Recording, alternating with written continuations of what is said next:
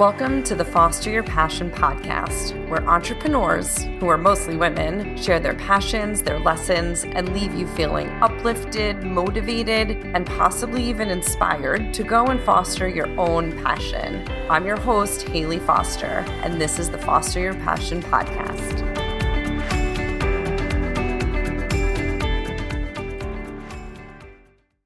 Hello, everybody, and welcome back to the Foster Your Passion podcast. I'm your host, Hayley Foster, and so excited today to be here with Gail Gould, who is the CPR and Safety Lady that I met on Clubhouse, and I am super excited to get into this conversation today. So, Gail, thank you so much for joining me. I appreciate having you here. Hayley, thank you so much for inviting me. I've been so excited to talk with you and about what I love to do. So thank you for having me. Excellent. So I'll give you like a little behind the scenes, which most people don't know this about me. Actually, I would say the majority of people don't know this about me. But I am not one to have many fears, but the biggest fear I do have is the fear of choking. I'm not sure where it came from, and I'm not sure when it started. But my husband will tell you, I hate taking vitamins.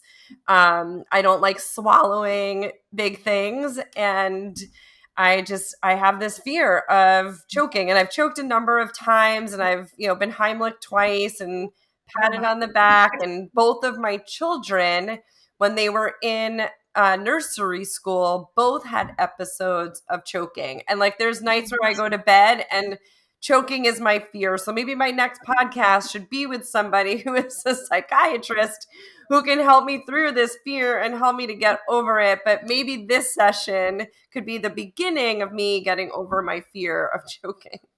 Oh, I did not know that about you. You've never shared that. I have not. So interesting. Well, you certainly don't want to lead with it. Hi, my name is Hayley. I'm fearful of choking. But what's interesting, Hayley, is that I've met several people since I've been on Clubhouse who've shared the same thing with me. And I may have mentioned to you, I have a digital course called How to Help Your Choking Child. And I've had two women from Clubhouse purchase the course, and they told me they were too scared to click on the link to start it. Oh, really? Oh, my goodness. My goodness. So, I mean, I don't know if you know the psychology behind where it comes from. I would imagine that I have it from the fact that both of my kids choked. I wasn't there, but thankfully, they were okay afterwards. And then I guess, my own choking experiences. And then I was in a restaurant with my ex-husband, and a woman at the table next to us was choking and nobody knew what to do. And my ex-husband got up and gave her the Heimlich maneuver and saved her. Oh my gosh. Did she thank him? Oh, she sent me this beautiful bag. She worked for a bag company, and he's like, I save her life and you get a beautiful bag. And I still have it. It's a Cuba bag. It's very pretty. That's so funny. What were you choking on? You said because you've been Heimlich twice. Yeah, so I was choking on, and my current husband jokes around. He's like, you can't choke on that. I choked on a piece of rice. Oh my, okay. Right. And he's like, it's too small to get lodged. I'm like, I choked on it. Like, what do you want me to tell you? Like, it went down the wrong pipe. I don't know. I choked on it. And the other time, I don't remember what it was, actually. I don't remember the second time what food was. At school? Were your kids at school when they were choking? Yes, they were at school. Thank God. And the nurse stepped in. It was the teacher. Yeah, the teacher stepped in. That's great. Yeah. So I think that the statistic I read just the other day was around 3,000 people a year die from choking, about 2,000 of those being kids. Wow. And so, you compare that to the 500,000 people who die from heart disease, 170,000 people a year die from stroke, 100,000 people a year die from injuries, 3,000 people a year die from choking. You think, well, that's not that many. But if it's your kid or your family member, it's a lot. Yeah. And so, but I don't think you're alone. There are a lot of people who, especially new moms, who are fearful of choking if their kid's choking, especially around, 6-7 months when you start feeding them solid foods. And so I think what sort of jumped out at me right now, Hayley, was that it's so important for new moms to know the difference between gagging and choking. And really important for everybody to know the difference. Gagging, especially young children have this gag reflex, and it's very sensitive, and it's there to keep them from choking. And so gagging looks very loud and noisy. Their face will be beet red. You'll hear crying, coughing, gurgling. They may thrust their tongue forward. Their eyes may be watery. They may be vomit. And we tell people, leave them alone. Do not intervene when someone's gagging, because they'll most likely be able to work it out themselves. It's when they become silent and their face turns pale, their lips turn blue. You hear a high pitched crowing noise. It sounds like their chest becomes concave.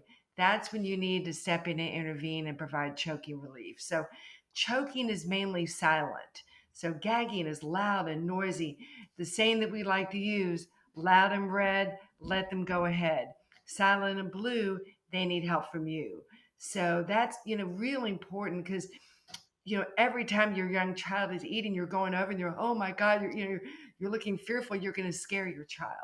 So, and especially now that a lot of new moms are doing baby-led weaning, there's going to be more gagging going on Yeah. and feeding them really, tiny little bitty pieces of food. So, really important to know the difference between gagging and choking. So, when you choked in that piece of rice, were you coughing and it just got stuck and wouldn't go down, or was it silent? I think I was gasping for air. So, yeah, it Oh, was more of gosh. like, like it was All stuck right. in So there. Yeah. how did you get it expelled? I the person that was with me came up behind me and did the Heimlich, Oh my and gosh. it came out. Wow. Yeah. Okay. So Thank God for that person. Yeah, I mean, as you probably heard me say before, Haley, in some of the clubhouse rooms, I think it should be a requirement that all new parents take a CPR class with choking relief before baby leaves the hospital. But I'm not in charge, so that doesn't happen. But main cause of unintentional death of infants under the age of 1 is obstructed airway, meaning choking. And this is not helping my that's anxiety. Thank God I don't have an infant anymore. But honestly, what I tell people so often, Haley, is that I sort of compare knowing CPR kind of like having insurance. We all need to have insurance. We all have it. We hope we never ever have to use it. Same thing with CPR. I tell people always, I hope you never have to use any what you're going to learn here today. But boy, if you need to know it, you certainly want to know it. If you need to use it, you certainly want to make certain you know what to do.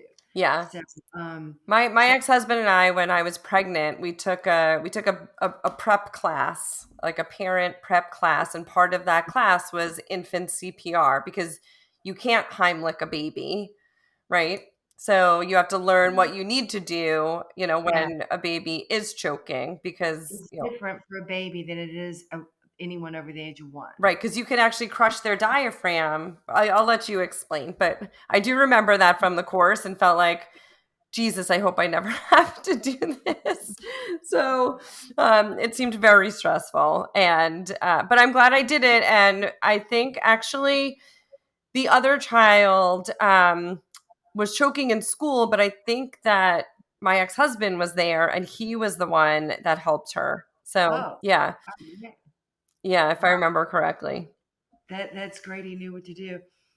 I read some statistic recently that said like 7 out of 10 parents would not know how to respond to a medical or injury emergency. So it's good that your husband knew what to do.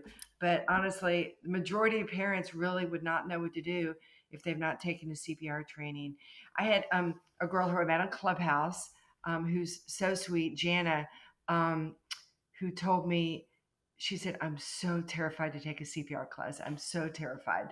So she took my Zoom CPR training a couple months ago, and she wrote this really nice testimonial. She goes, it wasn't really scary at all. I'm so glad I did it. She's got 3 kids, and her husband's a chiropractor. So there's, she has kind of a medical background in the family, but she told me, she goes, I'm not quite certain why, but I was terrified to take it. And afterwards, she goes, I'm so glad I did this. It wasn't scary at all. So, Oh, that's great. You are providing such a service, Gail. yeah. Tell me how you got started in this. Well, I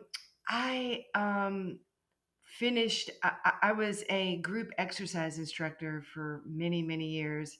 Back then, I was known as the exercise lady. And then I got tired of being in a leotard and tired of seeing people at restaurants eating. They'd say, look at me, they'd see me, oh, I promise I never eat this and I exercise a lot today.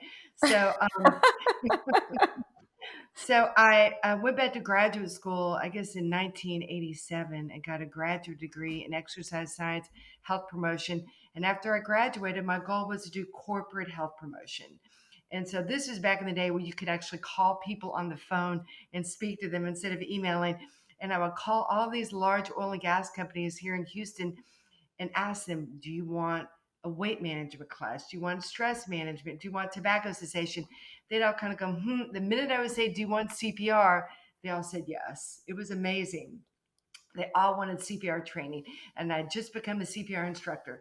So that's kind of how I got started. And, I was fortunate that I started with a lot of the large oil and gas companies here in Houston: Chevron, Shell, Bechtel, some of the large engineering firms, Quanta Services. And I loved it. It was just so much fun for me to teach people that I thought was so important. And that's kind of how I got started. And I started off slow. I'd always wanted to be an entrepreneur. My dad was an entrepreneur, and I just thought working for myself was going to be just really the way to go. So much fun. And it kind of started off slow, and then it just kept growing and growing and growing. And of course, all preschools in all states, the teachers have to have CPR training. So that was another big source of people where I could go out and do training and contact and social service agencies. So that's kind of how I got started, and it just continued to grow. Now I've been doing it for over 30 years. That's Can't amazing. believe it. That's Love amazing. I don't know it. why. This is the second time I'm going to have this conversation today, but I see franchise written all over you.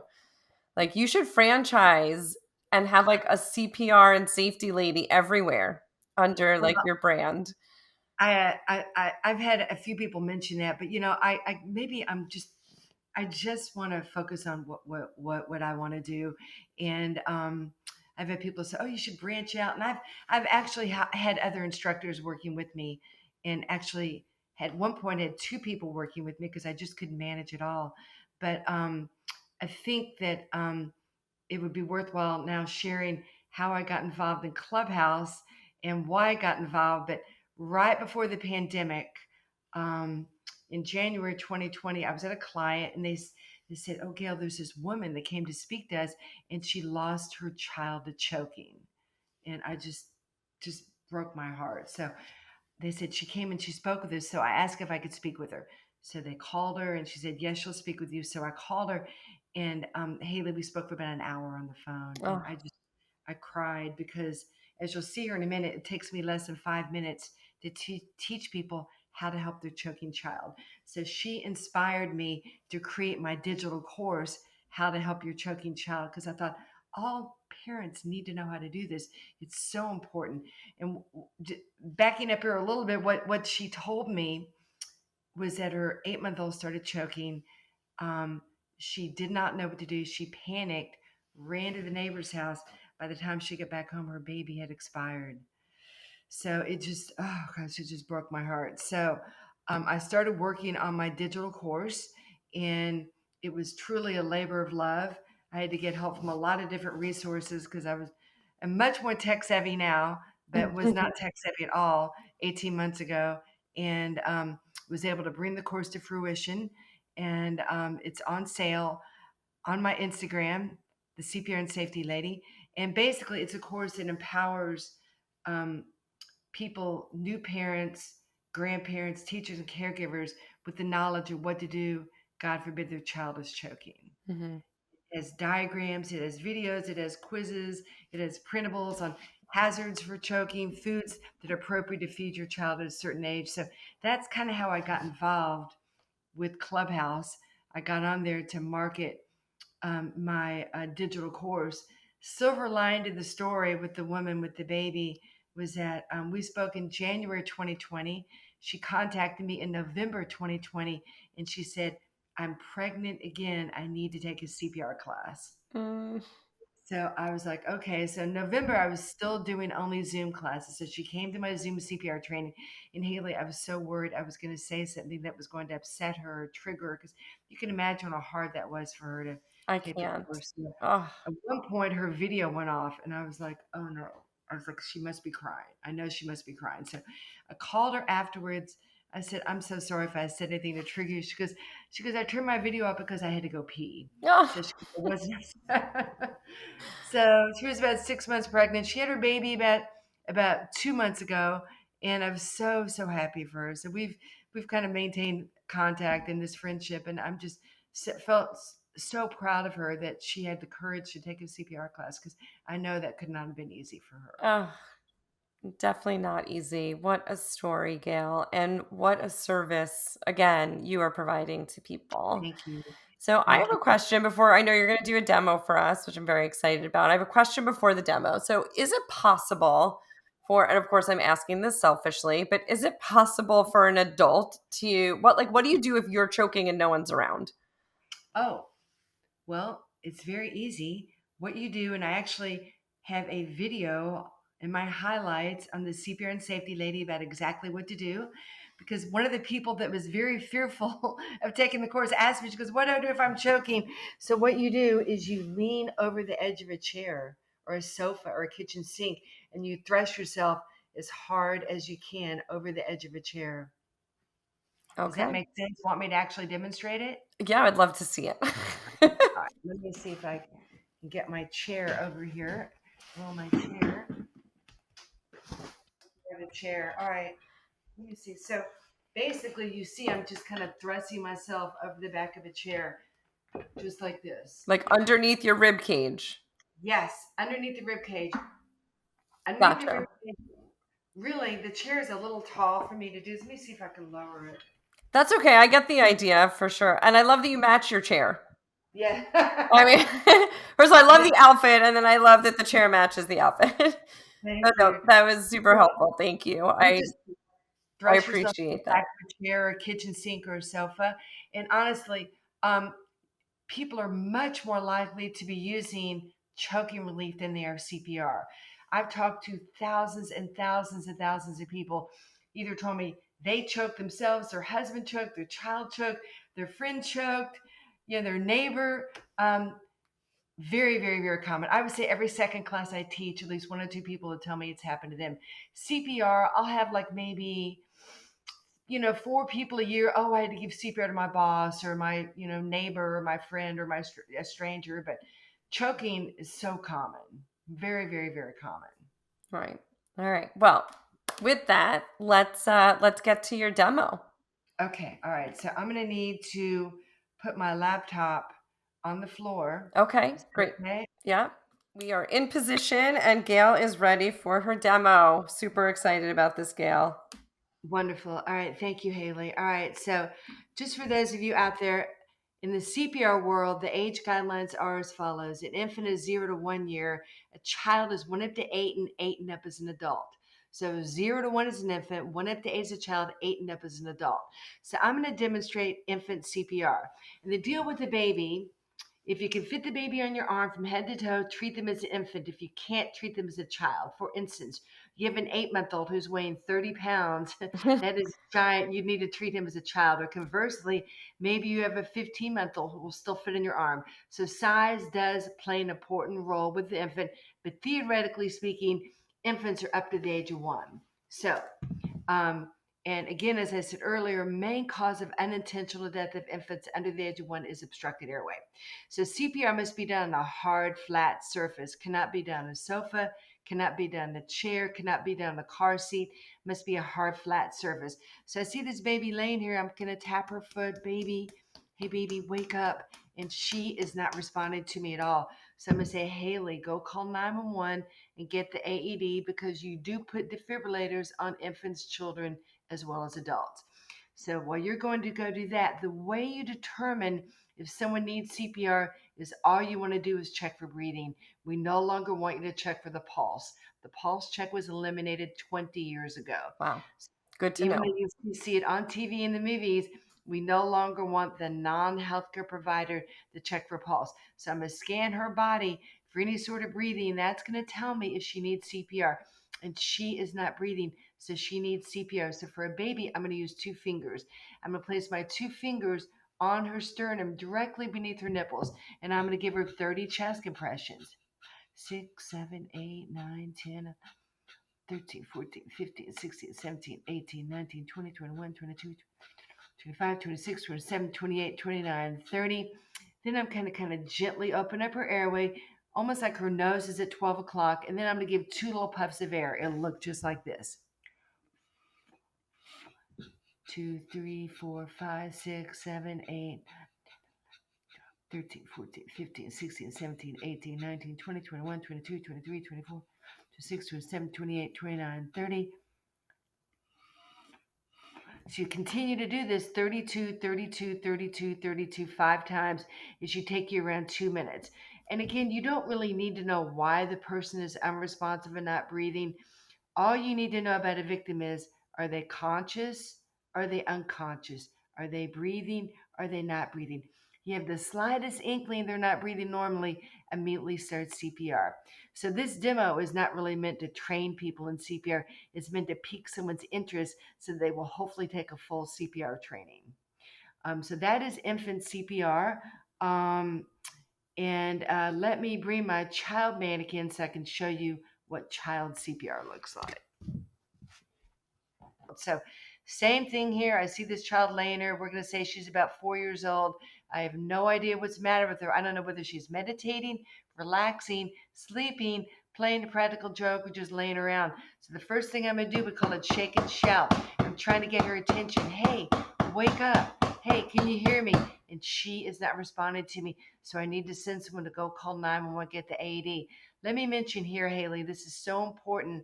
If you're alone with an infant or child, there's no one else around, and they're not responding, you give 2 minutes of care, then you go call 911. You're alone with an adult, I may say teenager on up, go call 911 first, then come back and care of the victim. And the reason is, infants and children are more likely to respond to your care.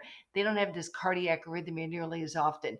Teenager on up, they're most likely going to need to be defibrillated. So again, if you're alone with an infant or child, there's no one to send to go call 911.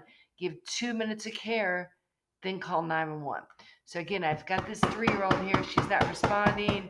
I've seen Hayley to call 911, get the AED. I'm going to check for her breathing for 5 to 10 seconds, and she is not breathing at all. So I'm going to use one hand on this child. And again, I'm going to give her 30 chest compressions. 6, 7, 8, 9, 10, 12, 13, 14, 15, 16, 17, 18, 19, 20. 23, 24, 25, 26, 27, 28, 29, 30. Now I'm going to come down here. I'm going to open up airway, and I'm going to pinch off her nose, and I'm going to give 2 breaths. It'll look like this. And then back to my 30 again. I'm compressing about 1.5 to 2 inches deep. 5, 6, 7, 8, 10, 11, 12, 13, 14, 15, 16, 17, 18, 19. And you're right below the chest on this one too? Yes. My hand is right in between the 2 nipples on the vertical axis of the sternum. That's exactly right. If you feel something soft and squishy when you're compressing, your hand is in the wrong place. It needs to be on the bony part of this, the bony part of the sternum here. Well, the whole sternum is bony, but you need to feel something bony and hard. So I did my 30 chest compressions, come down here, pinch your nose. So you do that 32, 32, 32, 32, 5 times. I do have a CPR chart. If anyone's interested to receive, I'm happy to send it to them. So that is CPR for a child. Now, the only difference between child CPR and adult CPR, an adult uses 2 hands, and an adult in the CPR world is anyone over the age of 8. Okay. Good to know. All adults in my house. Yes. So, all right, so now I'm going to go back to my baby, and I'm going to show baby choking. So again, like we talked about earlier, You need to make certain that the baby is not gagging, where you would avoid intervening. The baby is silent, the face is turning pale, lips turning blue, chest concave, minimal coughing, a weak ineffective cough. Now you know this baby has an obstructed airway, and this is what you're going to do to the baby. You're going to turn the baby to where the head is lower than the feet, put her on your arm or your knee, and I'm going to give 5 back slaps. It'll look just like this: 1, 2, 3, 4, 5. Right in between the shoulder blades, glancing blows up toward the skull. How am I going to know if it comes out? Baby's going to scream bloody murder. You don't hear any screaming. You don't hear any crying. Turn your baby face up. Now, same place you gave CPR, right beneath the nipples. You kind of draw an imaginary horizontal line on the vertical axis of the sternum. You give 5 chest thrusts. And then you go look in the mouth. You want to avoid sticking your finger in there and blindly fishing around. You can put your pinky finger in there if you see something, but you want to absolutely avoid blindly fishing around without seeing something. Nothing in there. Turn her upside down again. 1, 2, 3, 4, 5. 5 chest thrusts. 1, 2, 3, 4, 5. Go look in the mouth. Nothing there. Flip her back over. So this is choking relief for anyone under the age of 1, or for anyone who will fit in your arm. Okay. And for people with really young babies, breast milk and formula can't obstruct the airway of infants under the age of 4 months. So I've done choking relief twice on my son. Once when he was like 3 months, another when he was about 8. All right, so choking relief for anyone over the age of 1. And just kind of a side note, the 2 most common choking foods for children are whole hot dogs, whole grapes. So you need to cut the hot dogs lengthwise and into quarters, and the grapes lengthwise and into quarters. I say like maybe age 6, 7, 8. I cut my son's hot dogs till he was 12 because I knew a teenager who died from choking on a hot Oh, dog, and it God. scared me. Right. So for anyone over the age of 1, again, face is pale, lips are blue, minimal coughing, minimal noise, chest concave. Um, what you want to do is you make a fist. You place your thumb right inside of the fist. You place it right above their belly button. And of course, you'd be standing instead of kneeling like I'm doing, but in and up, right above the belly button, well below the rib cage. Each thrust with the intent to expel it from the airway. So, I mean, who hasn't seen a 4-year-old stuff an entire muffin in their mouth at Oh, some yeah. point? Yeah. My Very, biggest very thing is when my kids are eating and they start laughing, that's when I start to have a heart attack. Well, this is what you do for anyone over the age of 1. And Okay. my son, when he was about 8, we were at a very large grocery store down here in Houston, and he saw a friend of his at the grocery store, and I saw them. I looked over where they were talking, and they were throwing jelly beans in each other's mouths. And I was Oh, like, oh my God. Next thing I know, my son's face turns beet red. Then immediately all starts losing all color from his face. So I knew what was going on. I gave him a couple thrusts. After 2 thrusts, the jelly bean came flying out. whew. And there was all this commotion and everybody started like yelling and screaming. And he used to get mad at me when I would share that story, but he told me I was violating his privacy. But now he's kind of gotten used to it. But yeah, I mean, it just, and then I did it once to a stranger. Wow. All right. Well, I can't say that you relieved any of my anxieties because we will not be tossing blueberries in my house anymore. Oh my gosh. Well, you know what? Haley, make a fist. Just go just like this. Make a fist. Place your thumb inside the fist. Place your thumb knuckle right above your belly button. Just push back in your chair right above your belly button. And just in and up, almost like you're drawing the Nike swoosh. In and up. Okay. There it is. I got it. That's what you want to do. All right. I am so grateful for you, Gail, for today and for doing this podcast and for, for following up with me on Instagram. And I'm thankful for all the clubhouse rooms we've been in together. So we were able to meet each other. And I'm able to share this with listeners and viewers and my community. And I appreciate you so much. I know you have something coming up on July 26th. Do you want to share that? Yeah. Thank you so much. Yes, I do have a Zoom CPR training on Monday, July 26th, 10 a.m. Central Standard Time. This is a class for knowledge. This class will teach you, empower you with the skills to know how to respond in a medical or injury emergency. So I'm very excited. That's another silver lining of the pandemic was that we started doing all this Zoom CPR training for people who never would have been reached otherwise. So Yeah, it's been so much fun. But Monday, July 26th, you can register at the CPR and Safety Lady on Instagram. So this has been so much fun for me, Haley. I'm grateful for you that you asked me to come spend some time with you. It's absolutely. so much Anything I can fun. do to help and serve others and save lives. I mean, Yes. this has been great. So thank you so much, Gail. Please Thank send me the you. information. I'll put it, this will not air before the 26th of July, but I will make sure to share your information on all my social media channels about your July 26th event. Thank you. Thank you so much, Haley. This has been so much fun for me. And I'm sorry if I raised your anxiety about choking. No, I'm going to say I feel better. I feel better for sure. For sure. So thank you. I do feel better. The whole like thumb in positioning. You know, if I can, it's just, it's having the knowledge. It's just knowing like what to do in that moment. Thankfully, I'm married to a former Navy SEAL. I guess once a Navy Oh my SEAL, God. always a Navy SEAL. Wow. Yeah. Yeah, so Wow. he's always like the calm, cool, collective one with any situation with my kids, and so I always look to him like, "Oh shit," and he always looks back. He's like, I got this, Doctor That's Brian." great. Yeah. Right. Well, yeah, he definitely, I'm sure, is competent responding to a medical Oh, emergency. he's confident responding to anything. So, Is he a Boy Scout? was he a Boy Scout? No, actually, he was not. I don't think so. He never talks about Boy Scouts. I don't think he was. You should ask him. I will, but I've never heard him talk about it, so I'm not sure, but I will check. He was a big swimmer, so he's been swimming Oh, since the age of 6, and that was his thing. He went to Naval Academy and wow. Oh my gosh. That's yeah, impressive. yeah. Wow.